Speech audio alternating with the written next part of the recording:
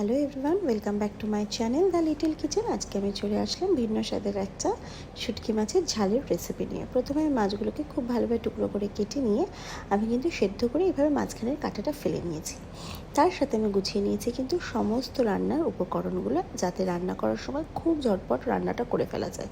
শুটকি মাছ অনেকেরই পছন্দ, অনেকের পছন্দ নয়, তাই একবার এইভাবে বানিয়ে দেখো, কেমন হয় আমায় অবশ্যই জানিও। প্রথমে আমি সেদ্ধ করা শুটকি মাছটার মধ্যে লবণ আর হলুদ দিয়ে ভালোভাবে কিন্তু কিছুক্ষণ মেখে রেখে দিয়েছি সাইড করে। অন্যদিকে কড়াইয়ের মধ্যে সর্ষের তেল গরম করে নিয়েছি। সর্ষের তেল গরম করে নেওয়ার পরে আমি কিন্তু ওই লবণ হলুদ মাখানো শুটকি মাছটা তেলের উপর দিয়ে বেশ কিছুক্ষণ আমি কিন্তু ফ্রাই করে নেব। ভালোভাবে হালকা হাতে নাড়াচাড়া করে ফ্রাই করে আমি কিন্তু এটাকে সাইড করে তুলে রেখে দিয়েছি। তারপর কিন্তু আমার রান্নার বাকি প্রসেসটা, ওই একই কড়াইয়ে আরও কিছুটা তেল দিয়ে তাতে কিছুটা সাদা জিরে ফোড়ন দিয়েছি। সাদা জিরে দেওয়ার পর জিরেটা ভাজার ভালো গন্ধ বেরোলে টুকরো করে কেটে রাখা আলু, লম্বা লম্বা করে আমি আলুটাকে কেটে নিয়েছি। তারপর আলুটার মধ্যে কিন্তু আমি অ্যাড করে দিয়েছি পরিমাণ মতন নুন আর হলুদ। তারপর আমি কিন্তু আলুটাও বেশ কিছুক্ষণ নাড়াচাড়া করে নিয়ে এটার মধ্যে অ্যাড করে নিয়েছি বেশ খানিকটা পেঁয়াজ। এখানে আমি মোটামুটি ধরো বড় মাপের একটা পেঁয়াজ দিয়েছি, ছোটো পেঁয়াজ হলে 2 থেকে 3টেও দিতে পারো। তার সাথে কুচানো কাঁচা পাকা লঙ্কা দিয়েছি, দিয়ে নাড়াচাড়া করে আমি কিন্তু এটার মধ্যে অ্যাড করে দিয়েছি টুকরো করে কুচি করে রাখা রসুন। রসুনটা তোমরা বাজাও ইউজ করতে পারো, বাট এইভাবে দিলে ফ্লেভারটা আরও ভালো হয়। ঢাকা দিয়ে দিয়েছি আলুটা সেদ্ধ হওয়ার জন্য।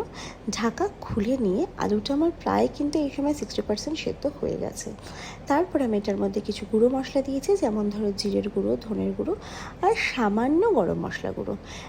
মানে গরম মশলা গুঁড়োটা না একদমই পরিমাণে কিন্তু অল্প ছিল।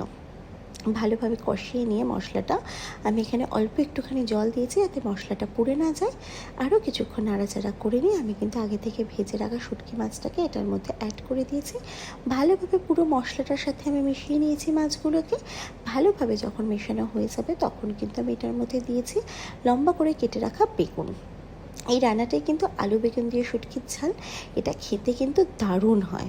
ভালোভাবে পুরো মশলাটা মিশিয়ে নিয়েছি যখন, তারপর আমি এটার মধ্যে দিয়ে দিয়েছি কিন্তু বেশ কিছুটা জল দিয়ে ভালোভাবে আমি কিন্তু পুরোটা একটুখানি ফুটিয়ে নেব। ভালোভাবে নাড়াচাড়া করে ফুটিয়ে নিলেই কিন্তু রেডি হয়ে যাবে আমাদের এই আলু বেগুন দিয়ে শুটকির ঝালটা। আমি এখানে ঢাকা চাপা দিয়ে দিয়েছি কিছুক্ষণ, যাতে বেগুনটাও খুব তাড়াতাড়ি মজে আসে। ঢাকা খুলে নিলেই কিন্তু রেডি আমাদের। তারপর আমি এখানে অল্প একটুখানি স্বাদটা ব্যালেন্স করার জন্য আখের গুড় দিয়েছি, মানে আমি চিনির সাবস্টিটিউট আখের গুড় দিয়েছি, তোমরা চাইলে চিনিও দিতে পারো। ব্যাস রেডি হয়ে গেল। আমার ভিডিওটা ভালো লাগলে প্লিজ চ্যানেলটাকে সাবস্ক্রাইব করে দিও। তবে